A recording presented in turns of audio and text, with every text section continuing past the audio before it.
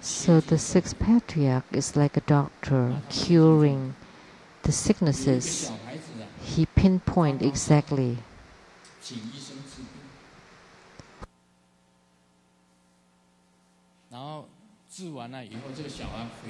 A child that had a high fever went to the doctor, and after the doctor tried to cure him, the child died. And the parents sued the doctor, and when the doctor checked on the child and touched his forehead, so I cured his high fever, and he does not have any fever anymore, so he must be cured. So would you say that's right? Of course you know that's wrong.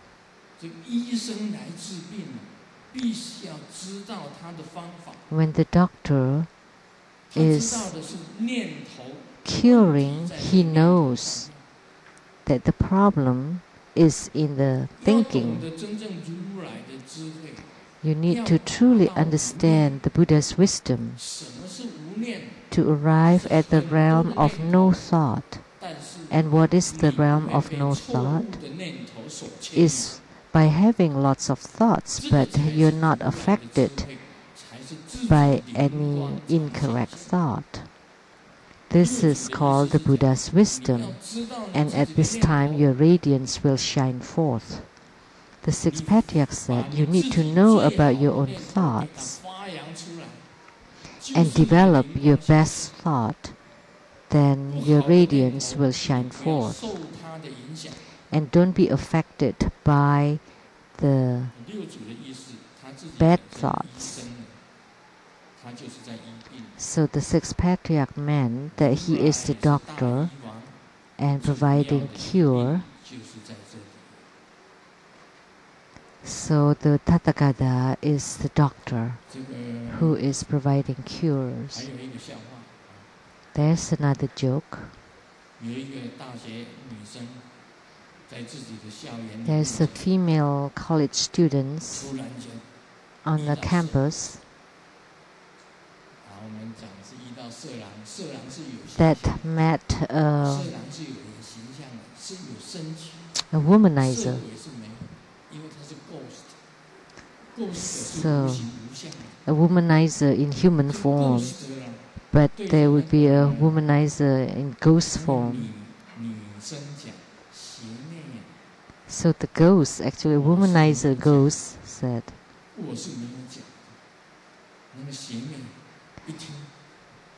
"Hey girl, I have no feet."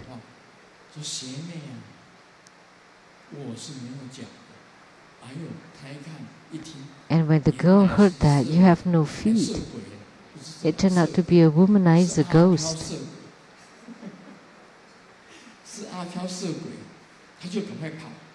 So she ran and ran.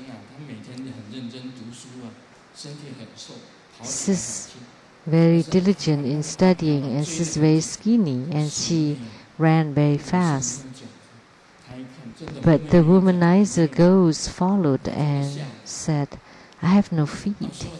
And she looked back, and really he had no feet. And she's very skinny, and she said, "So what's the big deal not having any feet? I have no breast." And then when the womanizer ghost heard about that, he laughed. He turned around and laughed.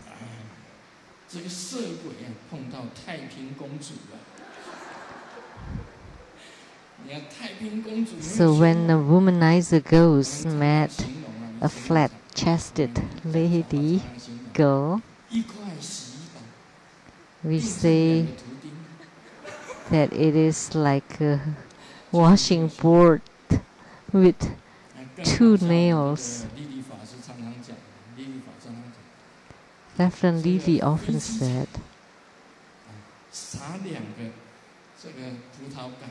like two raisins on airport runaway. So Reverend Lily should have lots of experience in this area.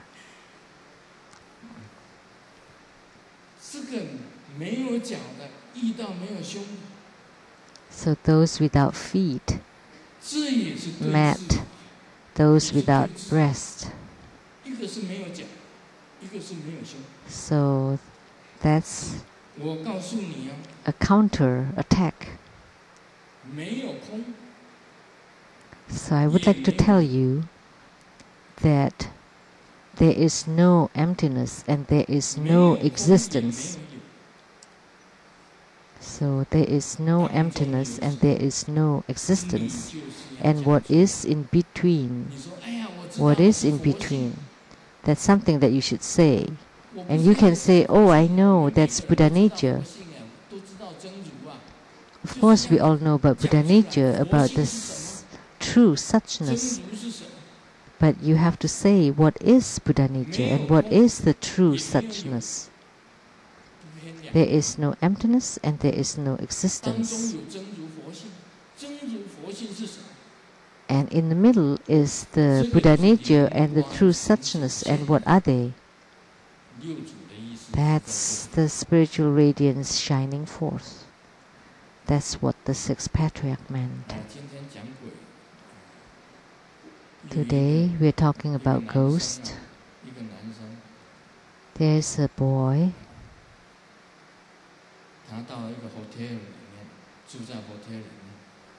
He stayed at the hotel. You know how sometimes one is bothered by the ghost. The ghost pushing on top of him until the boy could not breathe. And when the ghost lay on top of him still with no response, he did the massage. And the boy felt very comfortable and then asked the ghost, what did you do before? And he said, oh, this is my occupational disease because I was a masseuse. I used to give massage. When I read this joke, I felt very envious. I hope there is a female ghost who give massage every day.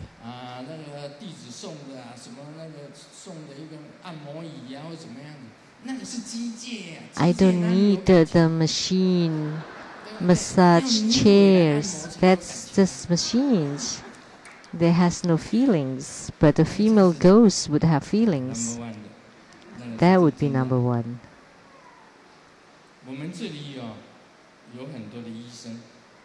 We have many doctors here, like Liao Zhaoming is a Chinese medical doctor, and Li Jialin, he studied both Western and Eastern medicine. I often saw them. They have occupational diseases. When they see girls, they want to shake hands with them and they start to use 3 fingers to check on their pulses. And they start talking. As soon as they see girls, they would check on their pulse. So Dr. Liao and Dr. Li never check on my pulse.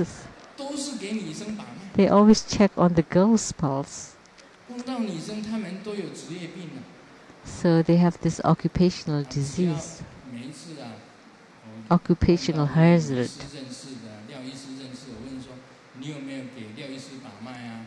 So I always ask the girls that know them, and they always check their pulses, but I know them even longer and they have not checked my pulse. They must not have checked males' pulses, only females' pulses. That's Dr. Liao over there.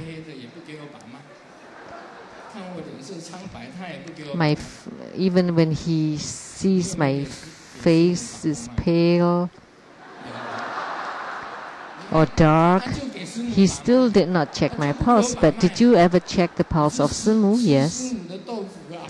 See, you try to take advantage of Simu.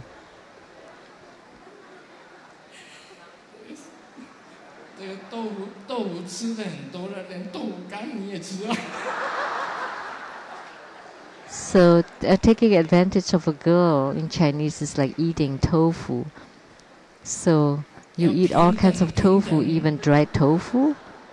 You have to have equality among all. You can also say, let me check your pulse to men, not just to women.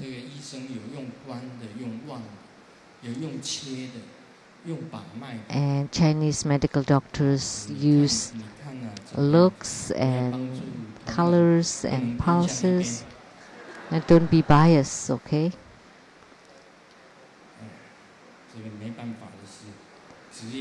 Nothing can be done. That's occupational hazard.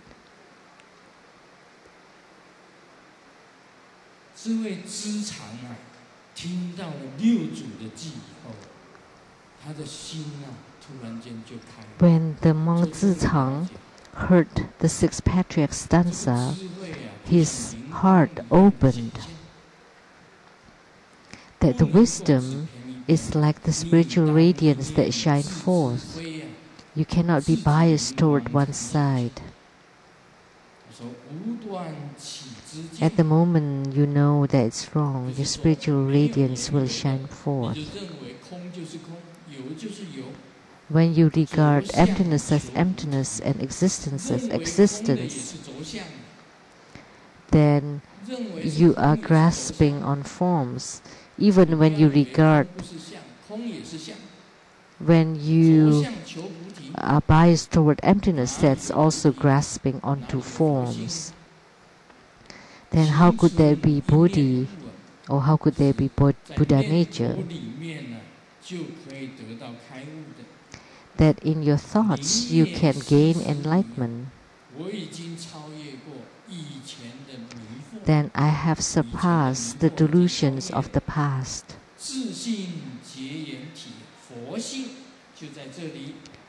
That the self-nature awakens to the original substance. The Buddha nature is here. That any one thought that's flowing, you can observe it. If I did not enter the Patriarch's room, I would have been totally confused. Without the guidance of the sixth Patriarch, then you're just in between emptiness and existence. If you're not grasping onto emptiness, you're grasping onto existence. So if it's not existence, it's emptiness. But there is no existence and no emptiness. So what it means is you're walking in two extremes. If it's not emptiness, it's existence. Only the Patriarch can say that actually it is not emptiness and neither emptiness nor existence. So the theory is very clear. Just now we had two wedding couples, and we talk about before and after the wedding. And there is a great difference between before and after. I had the experience. Prior to marriage, every time I visited Lu Lixiang Simu's home, I always bring gifts, big gifts and small gifts. So every time I visited, I always bring gifts, even if I have to borrow money from my friends, right? Right. I always bring gifts every time I visited her. So I have to know about this etiquette. I never went empty-handed. Always bring gifts. So this etiquette is very important prior to marriage, but after the marriage, I don't even remember when her birthday is. This time we went to Penghu,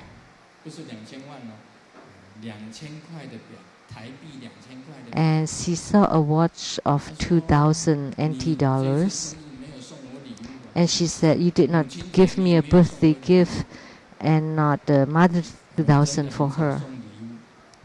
I rarely give her any gifts after the marriage. Oh yes, I did. On Mother's Day,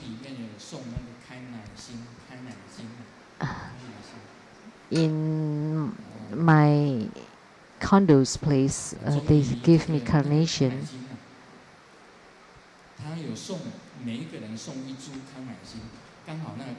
They give each of us carnation, 2 carnations.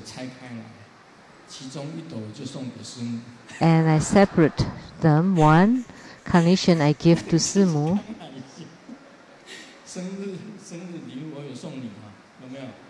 I give you birthday gift, right? I give you carnation, right?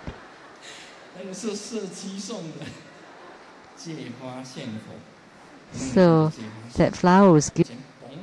I hold on.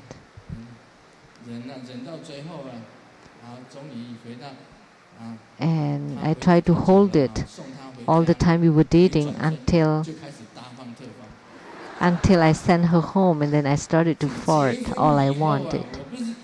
And after the marriage, and this is true story, then we don't care about that anymore. We fart anytime we want it.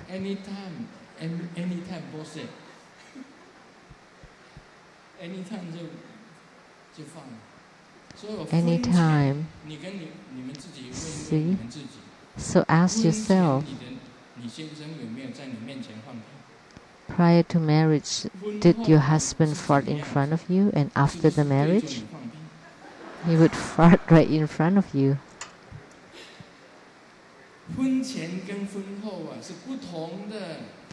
It's a huge difference between before and after the marriage. So please be clear, woman. It's normal to be like this before marriage and that after marriage. If it's the same this way and that way before and after marriage, that's abnormal. So as a Buddhist, we need to know,